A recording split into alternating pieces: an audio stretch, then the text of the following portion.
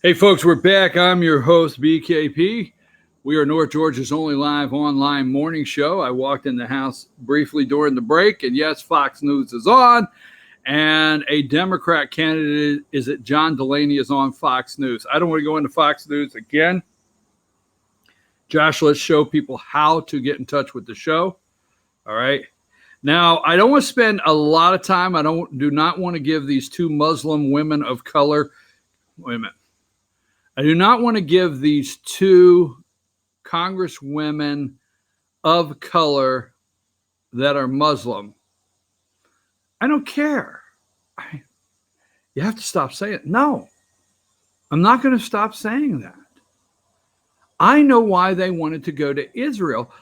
Rashid, now let's go to number 3. I'll show you here number 3, right? Let's go to number 3 very quickly here. Yesterday on Face the Nation, all right, or Sunday, Representative Alian Omar, right? Alian Omar, a Somali, probably in this country, probably obtained her visa and obtained her citizenship illegally in this country. And then we have Rashid Tlaib from Michigan, such a loving Muslim. She told her son, her young son, "Mommy, are we just going to let Donald Trump bully us and get away with it? No, honey, we're going to go to Washington, D.C., and we're going to impeach the MFer." Such loving people. Just wanting a homeland for their Palestinian family. Now, this is a picture, and I don't know if they're all there, number 9. This happened in August, number 9, the largest congressional delegation ever to visit Israel. Largest ever, okay? And in this, all right, in this delegation, we brought it up yesterday. We just want to, because the media is not going to tell you this, so we're just going to recap. Won't take but a second. Where is it at? There it is. Largest ever congressional delegation visits Israel. This was in this did take place in August. 41 Democrats, 31 Republicans. Now, what you do not see is you do not see a picture of Rashid Tlaib or Alian Omar in the group. Okay? You do not. Because they wanted to go by themselves. Okay? They did not want to go. Number 10. Okay? These two American-hating congresswomen. Now, they went to Congress so they could take their hate for this country to the floor of Congress, period. End of discussion. They hate this country. They have taken advantages of all the country has to offer, but as far as how you live and what this country is based on and our history, the whole list, they despise the place. So what they need to do is go to Congress and see if they can't take their hate there. So these two gave a press conference yesterday. Now, Rashid Tlaib, Israel, and we won't go back into that, but what I'm going to tell you is Israel has a law on the books. You cannot come there and knowingly, they will not let you come there and try. You see, the kids, I tell you what, I get so damn angry. The media will show you the pictures of our children in school going through active shooter drills. The media, one more time, will go through and show you our children in our schools practicing an active shooter drill, getting into a room, hiding. But if these two Muslim congresswomen head out to the West Bank or the Palestinian territories of Israel, cause an uproar, and they get home and they're lobbing these Scud missiles or whatever they lob over into Israel, and the children are in the schools hiding. We won't show those training videos. The terror that the Israeli people have had to live through. No, no, no. So Israel has a law in the book saying, hey, if you're going to come here, and I'm going to call it incite a riot law. I don't know what it is exactly, but we're not going to let you do that. And they knew it did not take a tweet from President Donald Trump to Netanyahu, and it did not. They knew what these two were up to. And they have shown their hand, because yesterday in the Facebook, Rashida Tlaib was offered by the Israeli government a humanitarian visa. They're standing up like, 2 members of Congress did not get to go because they told us we cannot? What the hell? What the hell? I can't stand that woman. So they're trying to make it look like, oh my God, Congress, American congresswomen, duly elected, were denied entrance. We know the truth why they were denied entrance. Rashida Tlaib was going to visit her grandmother, but changed her mind. See, the whole trip to begin with was going to be about grandma, and, we don't intend to do anything, but they lied. Democrats are distancing themselves from these two. They're a nervous wreck over these people, the Democrats are. My grandmother, Rashida Tlaib, cried and said, my grandmother, I'm a free bird.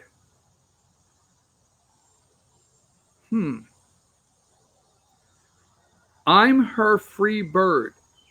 I'm her free bird. Go back home. Stay at home and be that free bird, whatever. They wanted to clearly attack and discredit and talk down all the above, anything they can about America and Israel. They are Jew haters. They hate the Jews, and that's what they were trying to do. We know the largest delegation went to Israel. I have given them too much time, but I wanted to go over that again. So let's go to we got a lot to do before we close.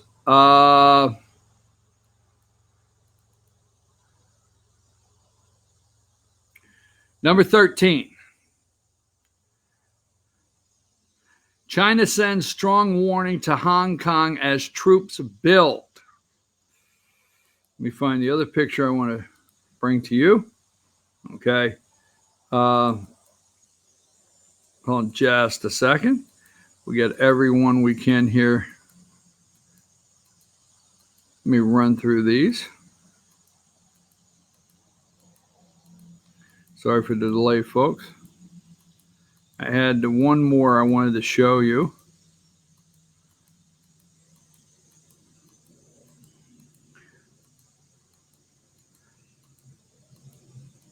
And I thought I sent you a couple, Josh, and I'll continue to look here. Could have sworn I sent a couple to you. All right, here we go. One more I wanted to show you. New York Times, number 16, with troop buildup, China sends a stark warning to Hong Kong. So supposedly right outside of Hong Kong, the troops are assembled. They're able to see them. They're locking down any social media to help promote any rioting. I will not say any more on this. I do hope for a peaceful resolution. I do always hope for a peaceful resolution. But let's be clear. Hong Kong belongs to Beijing. It's China. They keep talking the news like it's Hong Kong. No, it's not. Hong Kong is no more than New York City to the United States of America. Hong Kong is no more than Atlanta to the United States of America. No more than Chicago, Detroit, Houston, Oh, no, those are really failed cities. Hong Kong, I don't think it's a failed city yet. But they are no more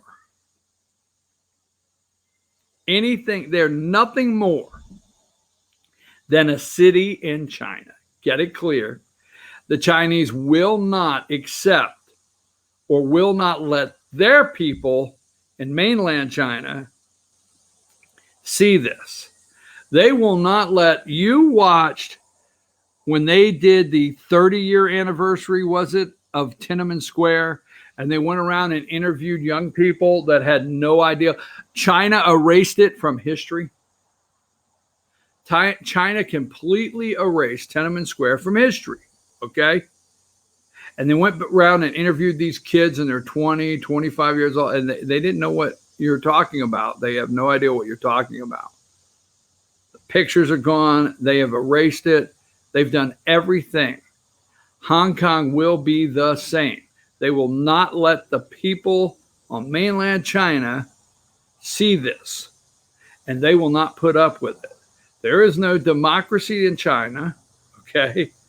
There is no freedom of speech. There's no freedom of assembly and peaceful protest, and they will do something about it. I just hope it ends in a peaceful way. This morning, let's go back just quickly, Josh, and run through the, recession. Let's do Recession Tuesday. Now, this is a Face the Nation number 2. I recommend, if you're wondering about tariffs, if you're wondering about the economy, and you're wondering about, what they did not do today on 2 channels that I watched, CNN and MSNBC. They did not talk about the inverted yield curve this morning. Not one time did they bring it up, okay? Because I will tell you, Peter Navarro smacked the you-know-what out of Jake Tapper Sunday, and we played that video yesterday. I recommend that for everybody. They did not talk about that this morning, but still recession fears. So let's go through this morning's recession fears. Josh, give me number, hold on, we'll get there soon. I got it here in just a second. So let's go to this, all right? Let's go to number 14, MSNBC Morning Joe. They played John McCain. This is from September 15th, 2008, during the campaign. They brought this up, and John McCain made a comment at this. Let me get it.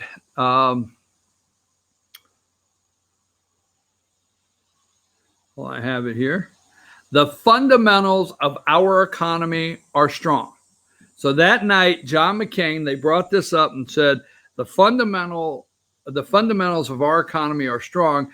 And they made fun of him and said, and just 2 months later, around the corner, one of the biggest economic collapses. So they were paralleling or making a parallel assessment, whatever the hell. Okay, let's go to number 15. So advisor to the president, Kellyanne Conway, yesterday came out and said, the fundamentals of our economy are very strong. So almost the same line as John McCain, and they drew that parallel. So they're trying to do everything to scare you into recession, okay? Number 19 this morning. Where else? Michigan. You got to pay attention, folks. Number 19. U.S. Steel plans to lay off hundreds of workers in Michigan. They will impact nearly every area of the facility, from blast furnace to finish operations, a company spokeswoman told Reuters. There you go. Michigan. Okay, number 20, MSNBC. The takedown of a president. U.S. Steel to lay off nearly 200 workers in Michigan. Number 21. Here you go. U.S. Steel cites market conditions for layoffs at idled plant there. $268 million. It reported second quarter net earnings $68 million, down from $214 million same quarter last year. This is the takedown of an American president. It is the, let me get to a couple more. So hang tight. I got a couple more on the economy, the recession that is not happening, that they're trying. I told you the whole box is open. Number 46, MSNBC, the Wall Street Journal, Trump calls for a big Fed rate cut. Again, criticizes central bank chairman. Now, if you listen to the media, they will tell you that you only call for a Fed rate cut in the interest rates if you're concerned about a sagging or slowing economy. They will never report that since President Trump has taken office, there's been seven or nine rate hikes. They'll never talk about that. Too fast. Okay? Too fast.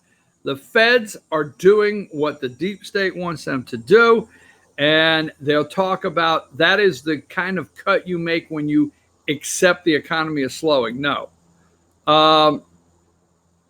Number 48, the growing concerns of a potential recession. Let me see. Let me get to obviously CNN had to say something about the economy this morning.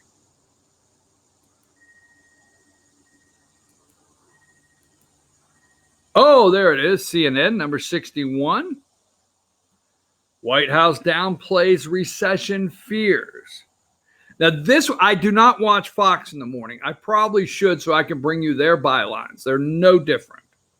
White House downplays recession fear. So obviously all of the media has gotten together and said, look, we need to push every way we possibly can to convince the American people a recession's on its way. This lady, they hate him. I just want to put it up. Number 62. I forget her name. She's on CNN. They hate the president of the United States. They hate that man. Number 63. White House continues to downplay recession fears. Larry Kudlow said yesterday, more tax cuts for the American people are certainly on the table. Cutting payroll tax is not something under consideration at this time, but they say the president wants to cut payroll tax. Number 64, they cite the president's tweets. Our economy is very strong despite the horrendous lack of vision by Jay Powell and the Fed. But the Democrats are trying to will the economy to be a bad for purposes of the 2020 election. Very selfish. Our dollar is so strong that it is sadly hurting other parts of the world. The Fed rate over a fairly short period of time should have been reduced at least 100 basis points. It goes on to say there, but the economy, the Democrats are wishing it. The Democrats are wishing you lose your job. The Democrats are wishing that your company goes out of business so it could be a headline. Oh, God, yes, they would love that. Your misery has no meaning to them whatsoever. And number 66, countering economic concerns. At 4 a.m. Eastern time, look at that, 4 a.m., right out of box, economic concerns. So let's take a short break. Let's make it short. We'll come back and wrap up. We'll talk about Planned Parenthood. We'll talk about Epstein. We'll talk about the Duke of York. What else do we have? We'll do it. Oh, yeah, Stacey Abrams taking her lying voter suppression show on the road. Take us a break, Josh.